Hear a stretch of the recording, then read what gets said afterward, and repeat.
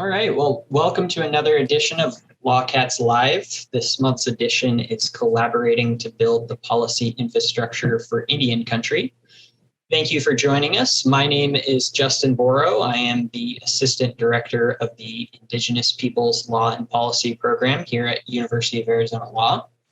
I just want to briefly go over kind of the agenda for today, and then we can launch into things. So I will give a brief overview of our program for any of you not familiar with the Indigenous Peoples Law and Policy Program, IPLP. I'm going to introduce our two speakers today, Professor Rebecca Tsosie and University of Arizona Law Fellow Darrah Blackwater. They're going to give about a 30-minute presentation, and then we're hoping to leave about 15 minutes for Q&A at the end. And so if you can please enter any questions as they come up in that Q&A box, we will address them in the order they come in. So just so you know, this webinar is going to be recorded and posted at a future date on our Arizona Law website, and we're going to send out a link in the chat to everyone, or send out kind of a follow-up email so you can access it in the future. And please remember to check our master calendar for upcoming LawCats Live events, and save the date for September 8th, where we're going to have Dean Mark Miller. He's going to give a special State of the College episode. And again, we'll send out a link to folks for that. So just to give you a brief overview of the Indigenous Peoples Law and Policy Program, it was established in 2001 by Professor Robert Williams and Vine Deloria. Our mission is to protect and promote Indigenous human rights and to increase the representation of Indigenous lawyers in the legal field and within legal academia.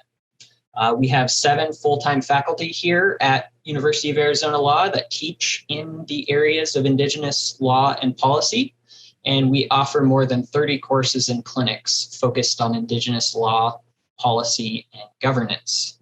And in terms of our academic programs, we offer an undergraduate certificate in tribal courts and justice administration.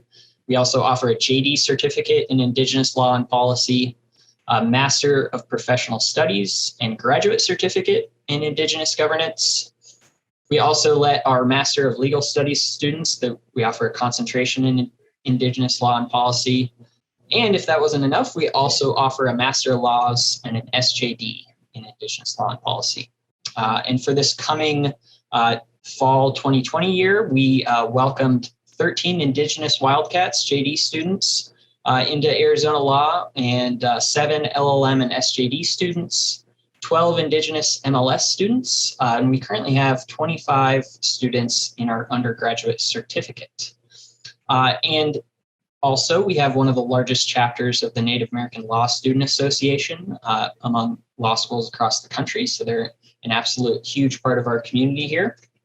And so today's speakers are Professor Rebecca Tsosie. She is a Regents Professor of Law and faculty co-chair of the IPLP program. Professor Tsosie is of Yaqui descent, and she's widely known for her research in the fields of federal Indian law and Indigenous peoples' human rights. And prior to joining the faculty here, Professor Tsosie was a Regents Professor and Vice Provost for Inclusion and Community Engagement at Arizona State University, Professor Tsosie was also the first faculty executive director for ASU's Indian Legal Program, and she served in that position for 15 years. She's published widely on sovereignty, self-determination, cultural pluralism, environmental policy, and cultural rights, and she teaches in the areas of federal Indian law, property, constitutional law, critical race theory, and cultural resources law. She is joined by Darrah Blackwater, who is a University of Arizona Law Indigenous Law and Policy Fellow here. Darrah is from Farmington, New Mexico, and is a citizen of the Navajo Nation. And she is also a 2020 JD graduate from Arizona Law, where she studied Indigenous law and telecommunications law. During school, she interned in Washington, D.C. for the Assistant Secretary of Indian Affairs and the Inspector General of the Department of the Interior. And she is currently working on issues of water, health services, housing, telecommunications, representation in media, food sovereignty, and environmental justice for Indigenous communities. And in July of 2020, fun fact, she thru-hiked the Colorado Trail, which is almost 500 miles through Ute ancestral homelands. And without further ado, I'm going to hand it off to today's panelists. Thank you so much, Justin. We really appreciate that introduction, and we're so proud of the IPLP and all of our students, our current students, our former students, and our alums out in practice. I really feel wonderful to witness all of your achievements. So thank you to each member of the audience that has chosen to spend their Friday afternoon here with us. We so much appreciate it, and we're very excited to share with you our work to date on the IPLP policy initiative. So I plan to speak for about 15 minutes, and then I'm going to turn it over to Darrah, who will give us a really good and grounded example of the work. The IPLP policy initiative was actually born in the summer and fall of 2020 when Dean Mark Miller authorized funding for a law fellow to assist me. And the Lose family and their foundation actually made this possible for a one-year hire of a law fellow to work on policy issues. And I really want to thank Dean Miller and the Lose family for their generosity. This was really a difficult time, an unprecedented time, and this has really made a huge difference to me personally and to so many students and colleagues in the field.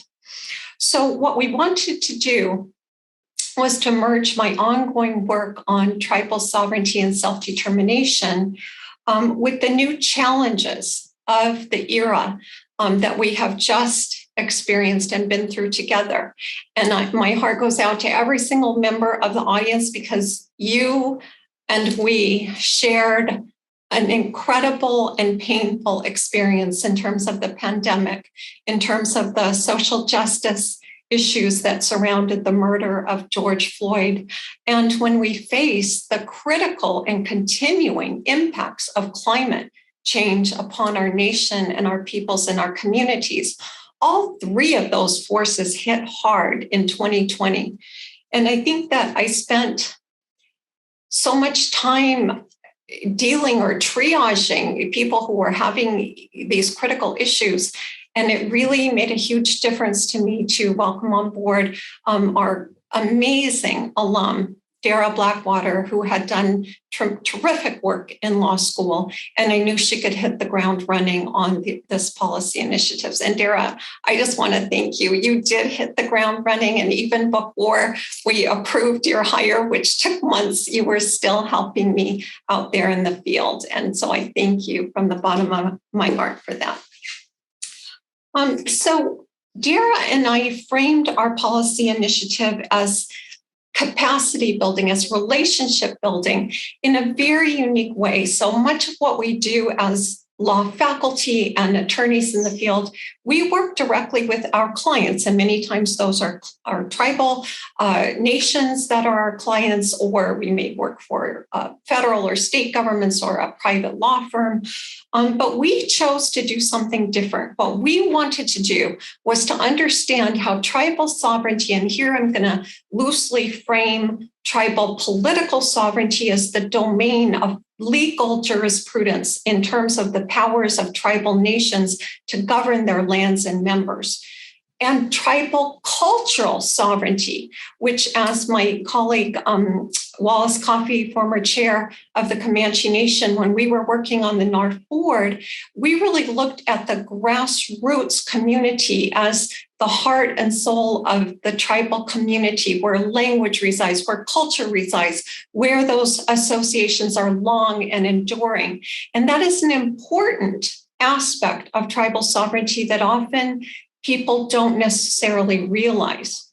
When we looked at what was happening on the ground with tribal communities during the pandemic and around climate and around justice movements, we saw tremendous efforts at the grassroots level to ensure food security, to deal with the exigencies of the pandemic in terms of health needs, in terms of access of tribal members, including elderly and vulnerable community members who didn't have ready access to a clinic or to emergency health services. The grassroots efforts were tremendous in Indian country, and they were tremendous on this campus. And I just want to do a brief shout out to some colleagues, Professor Tony Massaro, Professor Sharon Megdal, Professor Carletta Chief, all of my colleagues here on the UA campus. They worked tirelessly on these issues during the pandemic to get the resources that we needed to tribal communities and students. So I'm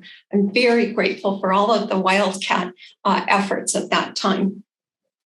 So with that in mind, we commenced our work, and I'm going to sort of discuss the issues that are associated, that emerged out of the pandemic, that emerged out of racial justice, and that emerged out of the climate work. And that really has been the core of much of my work in the policy initiative. And Darrah has done incredible work on the broadband digital inclusion and the health equity issues we have worked on together, as well as food and housing. But in the spring of 2020, I was actually on my writing fellowship at UCLA, so I wasn't even here when the pandemic hit. And that campus closed, and our campus closed here at the University of Arizona. So much of the work that we did was by outreach to different community members and to different constituencies. And that was a difficult moment, but it was important because we otherwise would not see what was happening at the grassroots level.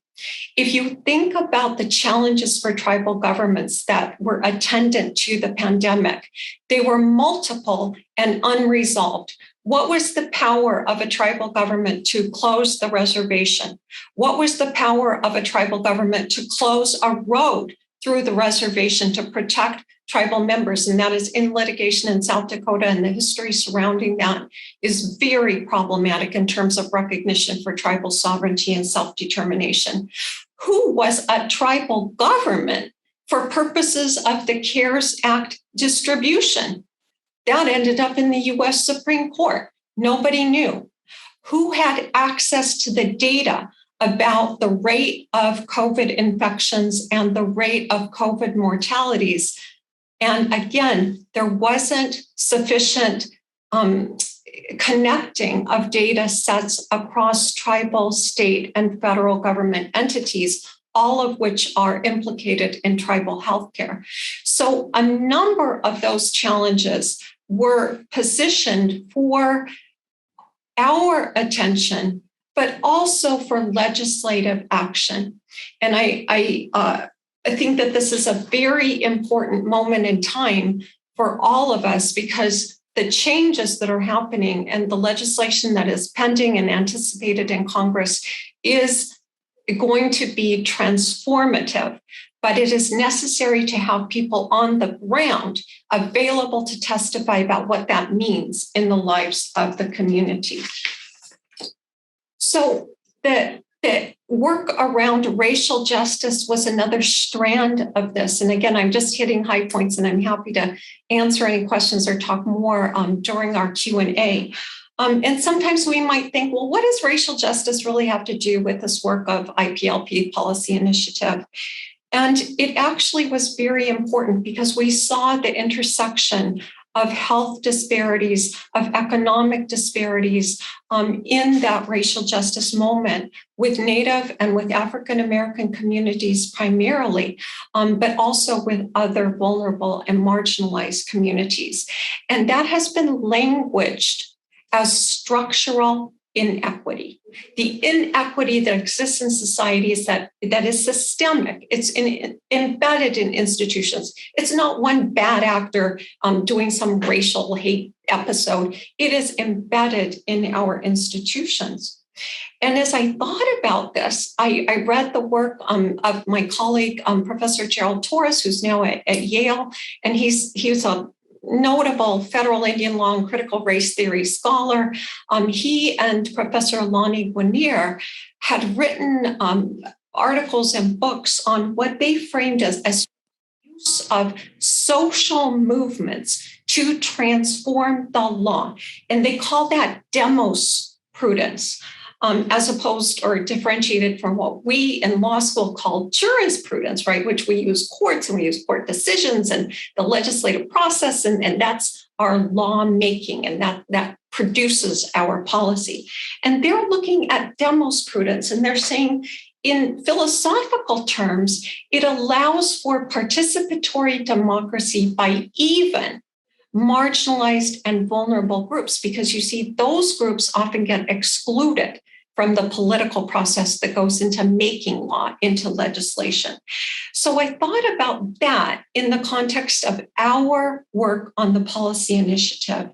And I think this is an incredibly important moment in time. And I'm so honored to be part of the UA law faculty and the IPLP, which has a strong focus on human rights, as Justin talked about, because we are in a moment where the global context of Indigenous self-determination is a driving force.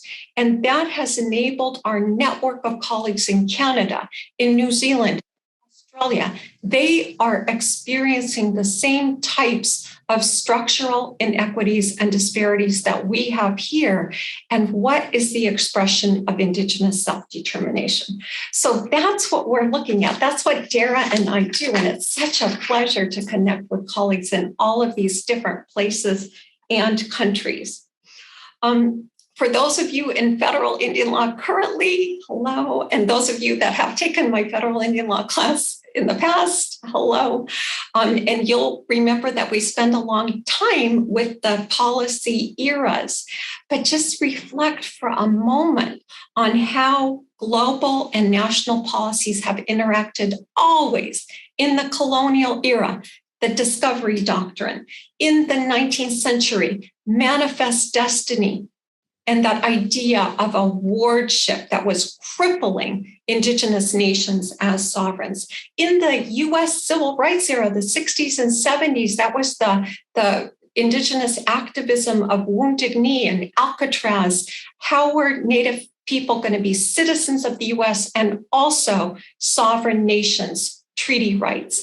And today, this idea of autonomy and self-determination, and that is expressed, of course, very well in the United Nations Declaration. And we're so happy and honored to host the UN Special Rapporteur here at the University of Arizona. So we're looking at that. Now, in the last part of my portion of the agenda, I want to talk about how my climate research, and my book is still not published, by the way. So the pandemic put a little delay on things, but my book is in progress. But I also witnessed the transformative change just in presidential administrations. So if you look at President Biden's policy agenda and the components of what is anticipated to be the infrastructure bill, these are the components of life into the future for Indian country. There has never been an infusion of this magnitude into Indian country. The states have gotten allotments through the years, and they actually have planning commissions on all of these things, on the transportation corridors and the energy corridors and the broadband. The states are onto it. They've been getting funding. Tribal nations haven't had this opportunity, and that's what we want to look at. Water infrastructure. We saw the tremendous needs in the pandemic era, and the Navajo Nation was prominently featured in that. 1/3 of Navajo Nation households lack access to running water. And if you look across the country, the lack of clean water in reservation communities means tremendous health disparities caused by that.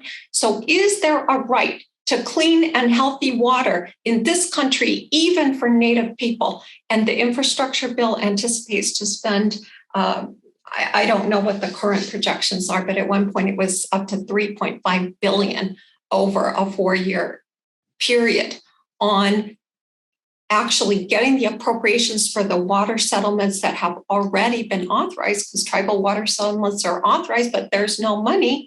That would finish those and also help the Indian Health Service provide the clean and safe water that tribal members need. So there's tremendous ability there. Energy is another one, that transition to cleaner forms of energy that are harmonious with our needs in climate change. And there was just a climate assessment released, I think, last week about the increasingly rapid problems that we are suffering in this global world, and certainly in the United States with the levels of emissions. So this is serious, and I think that bill is taking energy seriously. Where is Indian country going to fit into that? That's going to require a whole new infrastructure, and the bill is anticipating that. Roads. Tribal roads are the most dangerous in the country. The level of fatalities caused by that, the fact that you can't haul water in some seasons because it's too muddy. These are critical issues for people's health and safety. The infrastructure bill is promising to deliver help to that. Homeland security, emergency preparedness, disaster relief, fire management. It's all in there, and it's all of critical importance right now. Finally, education, which is what we do, is actually part of the infrastructure bill. It's actually a personal part of the research that I've been doing for many years, both at the U of A and at ASU. And by the way, I feel like my obligation is to all of the tribal nations, the students, and the communities in Arizona. I love this state. I've been here since the beginning of my career, and I feel like we all need to work together on these problems because they're huge. But what I'll say about education is that the universities have tremendous capacity to assist Indigenous nations. And in my view, the whole enterprise of indigenizing a university, as our colleagues in Canada are doing, it's to actually make us partners in that project, not to look for research dollars for some project that we want to benefit from, but more to look collaboratively. What are the needs? How can we use our expertise to assist? Because your future is important to all of us. Okay, that's what I want to say. I want to turn over to my amazing colleague and our alum, Darrah. Thank you so much. I miss hearing you lecture. I knew that, but it just hit different that time. That was lovely. Thank you. So I think what I would like to do from here is kind of take that framework that you just laid out for us, Rebecca, and explain how I've seen it kind of fleshed out in the past year, or, I've been here since January, so the past 8 months, because I really think that is the opportunity for me that has been fulfilled in this fellowship, is that in law school, most of what you're learning is things that have already happened, violations of sovereignty that have already been decided on or resolved in some way. And then when you get out into the field, you finally get to see, this is what it looks like on the ground. And these are the real nail biter cases that we're seeing happen before our eyes now. And, being a part of the history that the next generation of law students will really learn about. And so that has just been so fascinating. And I'm trying to remember last summer. So when I got done with law school last year, I was not wanting to take the bar exam at all. I wanted to go be out on the land that I had spent so much time learning how to protect. And so I took off and I hiked the Colorado Trail, which is, as Justin mentioned, it's in former Ute territory, Ute homelands, from Denver to Durango, Colorado. So it's 486 miles. And I hiked that the last year in the month of July.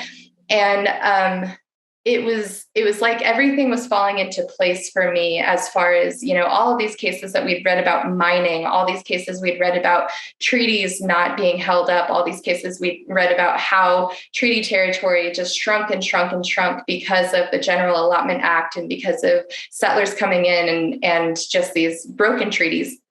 And then even, seeing the different lands at different elevations, I always thought what I was going to be hiking through was National Park Service land, but then it ended up being a lot of USDA land because the cows graze there. And then, just struggling with that of like people were moved off of this land forcibly, you people were removed so that cows can graze on this land. And that's the only reason. And so as I've come out of law school and come out of this program, it really equipped me well with a framework to think about the things that I maybe saw in real life before or didn't process them in the same way that I've been processing them in the past year. And so I feel very privileged, one, to have Rebecca Tsosie as a mentor through this, because as I'm still processing these things, there's still so many questions. And I think that's probably true even for you, Rebecca, where you've been in this for decades, and yet you have so many questions still of, well, what does this mean? How will this be resolved? How has nobody answered this question before?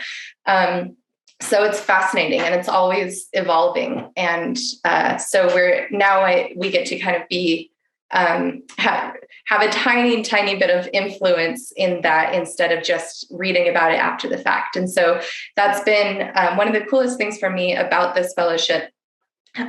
So as we've laid out here, our pillars of this program are things that are just so very interesting and close to our hearts. There are so many different things you can focus on in Indian country. And the ones that we chose to focus on were partially because of the interest that we had, that we were drawn to, but also because of, where we saw is, I guess, where we feel we can plug in to really have a conversation and contribute to that and help in whatever way we can. So for me, a big one was broadband. When I went out to do the Udall congressional internship in Washington, D.C. after my 1L year, I was placed with the Assistant Secretary of Indian Affairs. And I really struggled with it because I wasn't sure if the administration at the time in 2018 was going to align with my values.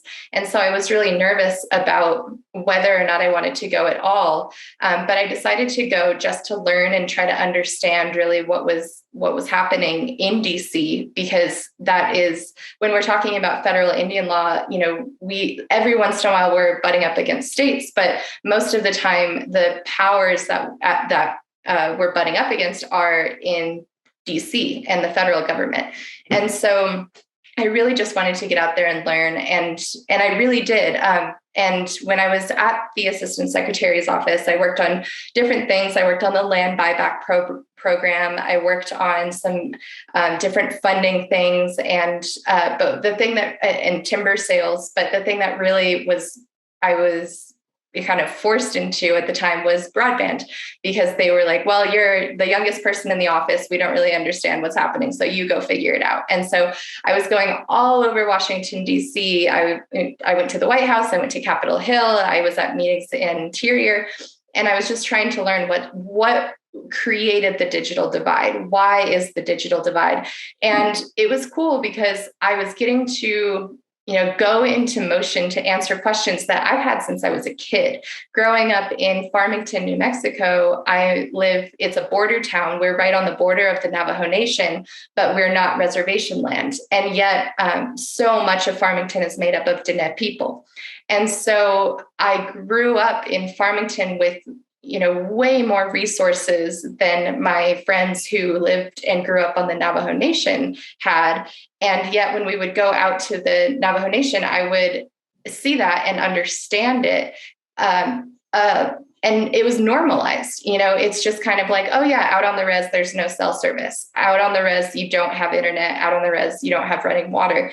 And here in this area, I think that's just something that you grow up accepting. And so when I was a little bit older in college and after college, and what really sparked it was I spent a year in China, and actually connecting with Europeans and the other expats in China was one of the main things that made me think differently about what the United States had done and what actions they had taken in regards to Native Americans, because they were the ones telling me, yeah, we can't believe what happened to you guys. We can't believe what the US did to you guys. And so I was given some books, and that was really when I came back and thought, okay, I need to really learn about this. And that's what led me to law school in the first place.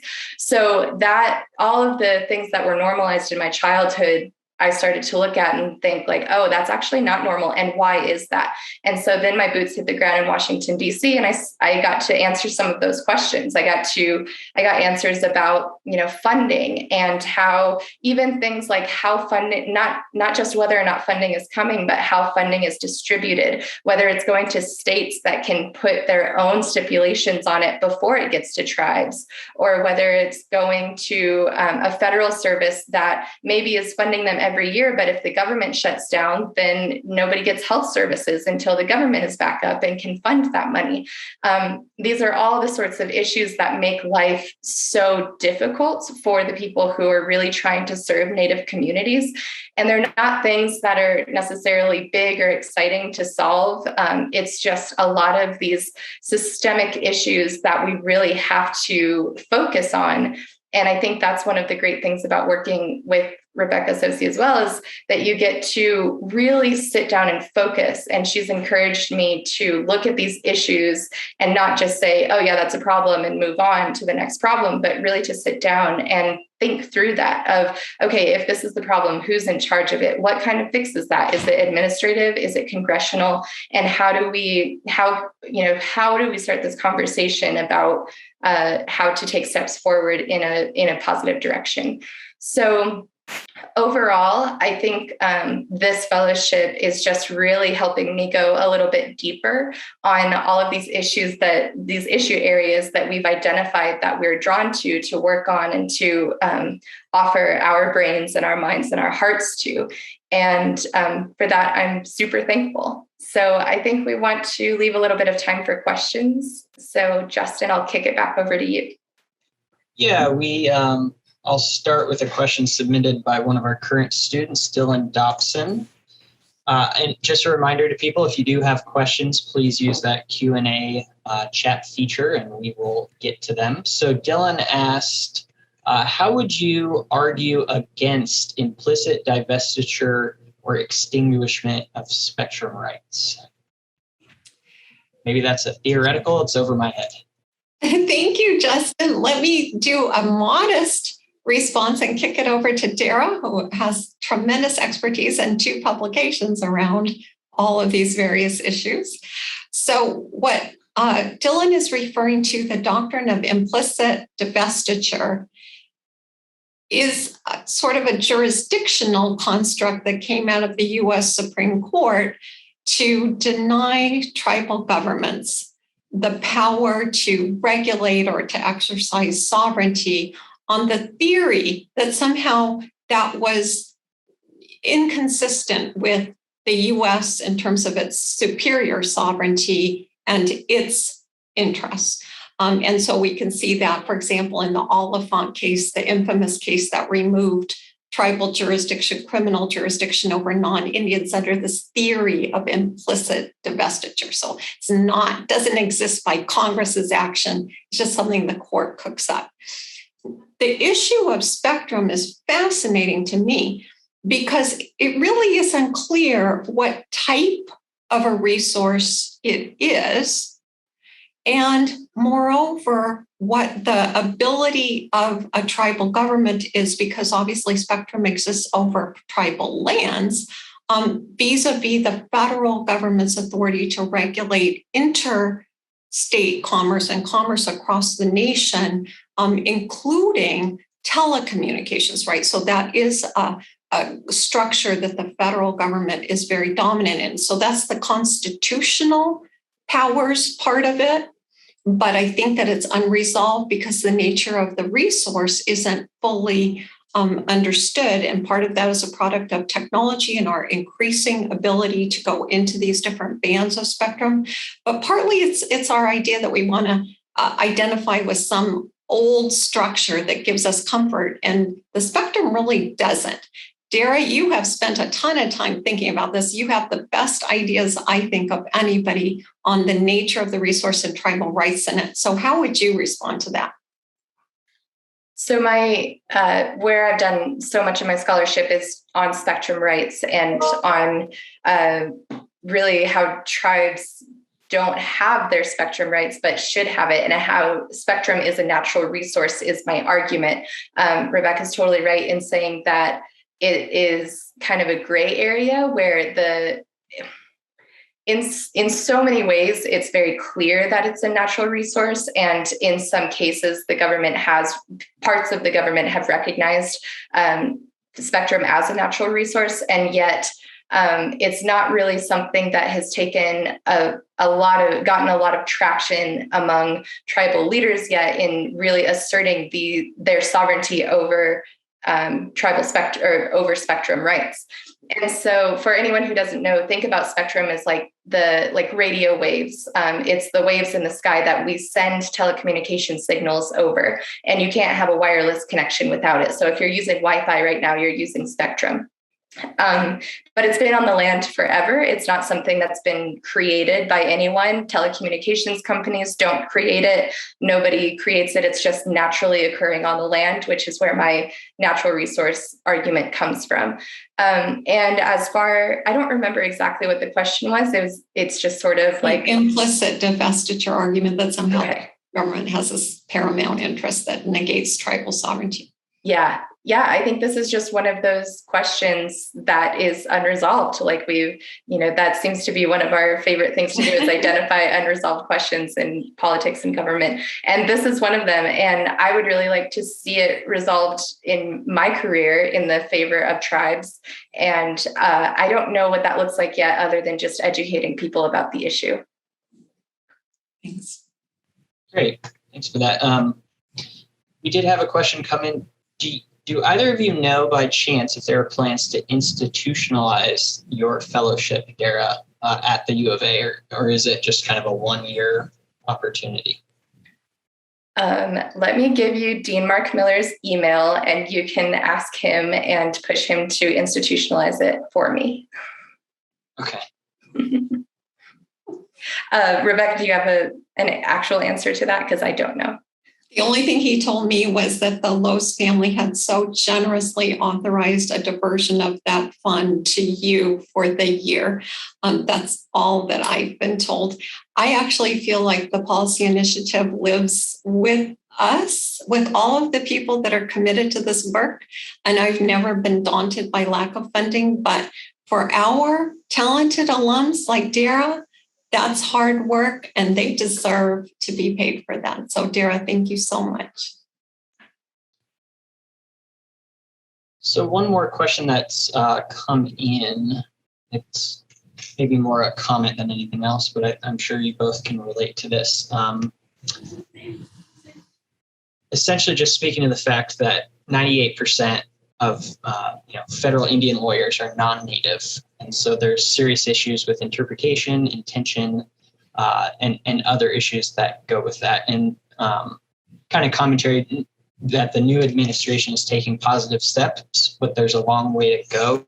Do either of you maybe have any experience with that, or any kind of general commentary or feedback about what you think about that? So is the question about the representation of Native attorneys within government structures and practice? Yeah, maybe the importance of that, or whether you think that's important. Okay, very good. So I'll again offer a response and invite Darrah to comment too. When I started the Indian Legal Program administration at ASU was 1994. I mean, there were not many Native law students out there. And certainly if you looked at the field in particular, I think Matthew Fletcher did the data on that. It was something like 50 or 60 Native attorneys as of like the 1970s when the PLSI program at New Mexico got started. So there were people. There were tremendous non-Native allies. So my mentor at UCLA, Carol Goldberg, Paul Bender at that time at ASU, Judge Canby, he was a professor at ASU. I mean, so these people really recruited Native students. They mentored us. Charles Wilkinson, who's now at the University of Colorado. I mean, they really made concerted efforts to recruit Native students into law school. But the programs like the IPLP, 2001, the Indian Legal Program, 1989 it was established, but I was the first faculty hired in 1994. So, it was an emergent time. So if you look at the last 30 years of what we've built, and now I think there's something in the neighborhood of nearly 3,000 or perhaps more Indigenous attorneys nationwide, Native attorneys nationwide, that's still a tiny amount of the attorneys nationwide. So there's a long way to go before we have Native attorneys and professors in universities, in the law firms, in government. I think that anybody who's looking at what this administration is doing and who they have appointed, Deb Haaland, and a number of appointments, the gentleman who's now heading the Park Service. I mean, these are incredibly powerful appointments of Native people to key positions, and not just the Indian portfolio, but key positions in US policy. So I think that things are shifting. I personally am grateful for the efforts of everybody, including allies, in this work, because you see, we can't solve climate change, we can't solve any of the problems, health inequity, et cetera, if we don't collaborate and work collectively, because we really are one society. And I think the pandemic again showed us how vulnerable we are and that we truly do need one another. Darrah, do you have anything to add? No, just that it's so important. Speaking from the DC side of things, it's so important not only for that knowledge. I had just taken federal Indian law when I worked at the Inspector General's office, and I was educating people about Native, nuances to federal Indian law that they didn't know, even though they'd been working for the Department of Interior for 30 years or something. And that was really disheartening. So I would love to see Native people who have maybe have a better understanding of those issues through both their lives and the way that they've grown up and what they've seen, as well as the way that they've focused. I also think that federal Indian law should be on bar exams, because I think a lot of the way that we are kind of set back in law school, I heard it all the time of Native people don't pass the bar. Native people have the lowest bar passage rates. And it's because we come with fire in our bellies, taking all these classes, federal Indian law, Native American natural resources, and all these classes focusing on what we want to do. And those things aren't on the bar exam. And so not only would it widen the knowledge of the people who maybe aren't even trying to practice in federal Indian law, but, make them understand a little bit better if they touch up against that later in their careers. But also the things that we study, it would actually, make it count towards something that matters for bar exams and for just kind of tests and general practice in the first place. And then also just giving people community in those places where a lot of Native people who are attorneys out in DC, they don't necessarily want to work in DC. They would like to be home. And so there's these really cool pockets of community that form there. I was part of a beading group in Washington, DC, where Native women would just come together and bead and eat together and talk, because we all just wanted to feel like we were at home. And so I think even if you do have to go out there to serve time out there, it gives a greater sense of community for more of us to be out there who understand how hard it is to do this work.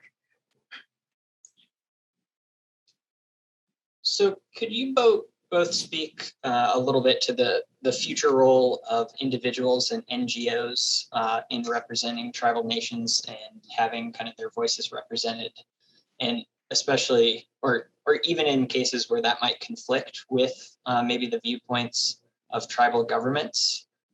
It's kind of a two-parter. And then how do you think those voices and perspectives can become more valued in the government-to-government relationship? That is a great question. And let me offer some thoughts and again, turn it over to Darrah.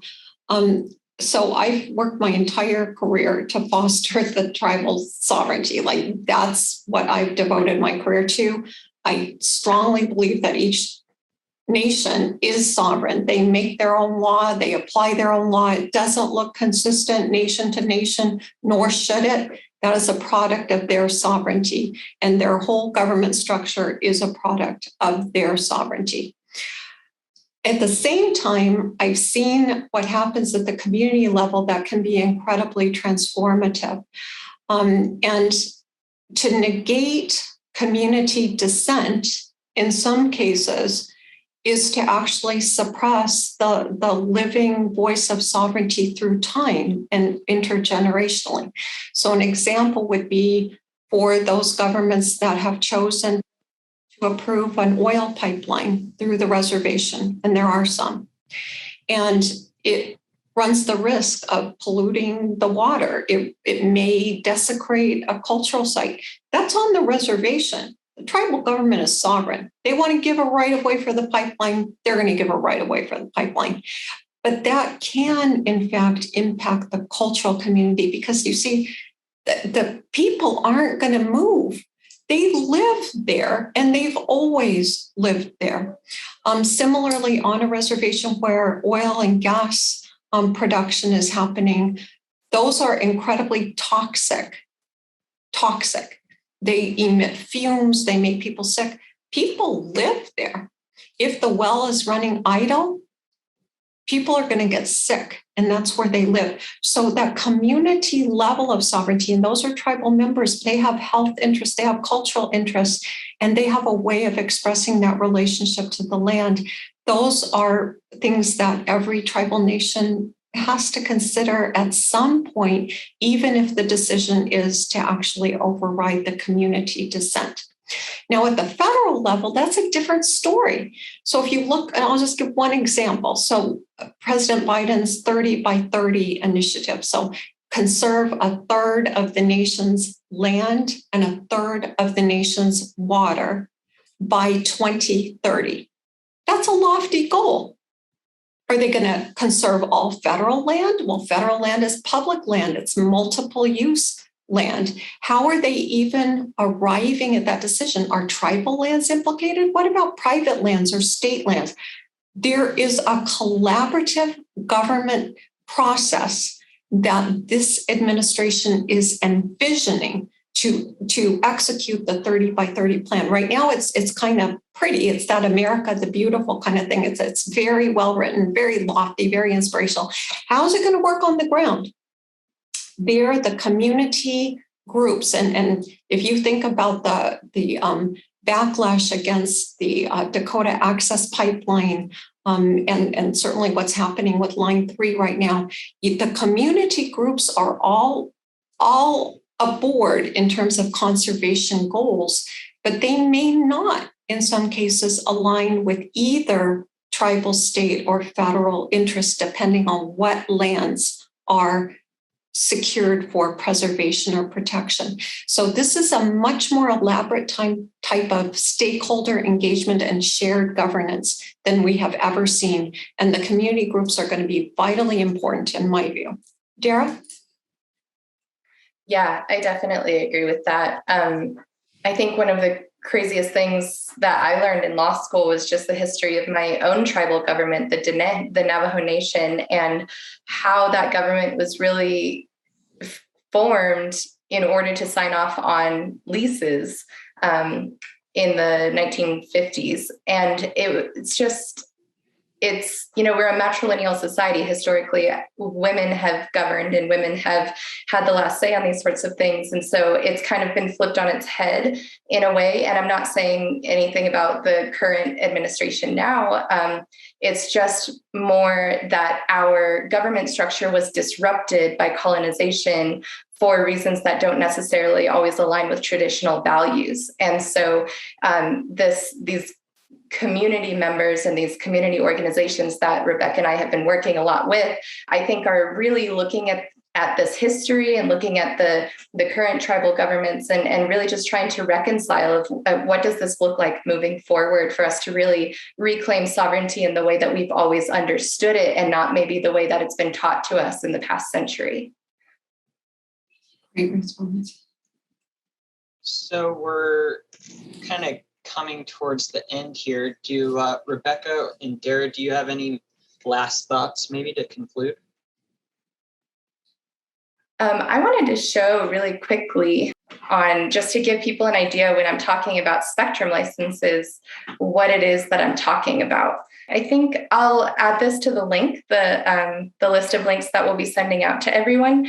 And what it is a map where you can see what spectrum belongs to who for a certain band of spectrum.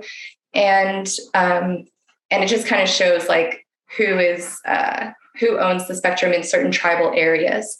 And I think it will just kind of help people conceptualize exactly what we're talking about when we talk about the area of spectrum being licensed in certain geographical areas, especially tribal ones. So look out for that link in the follow-up email to the webinar. Thank you. And I will just again say thank you to every member of our audience who attended today. Some of my students in the past get kind of depressed when they talk about climate change and when they talk about the suppression of Native rights. This work that Darrah and I are doing is incredibly uplifting because it is the spirit of Indian country. It is resilience in action.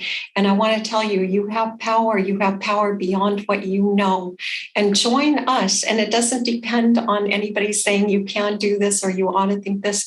This is organic, it's flexible, and it is cooperative. It's all of us thinking together into the future. What do we want for our children, our grandchildren, and beyond? So thank you so much for joining us today. It's really an honor to talk to you. Thanks, Justin.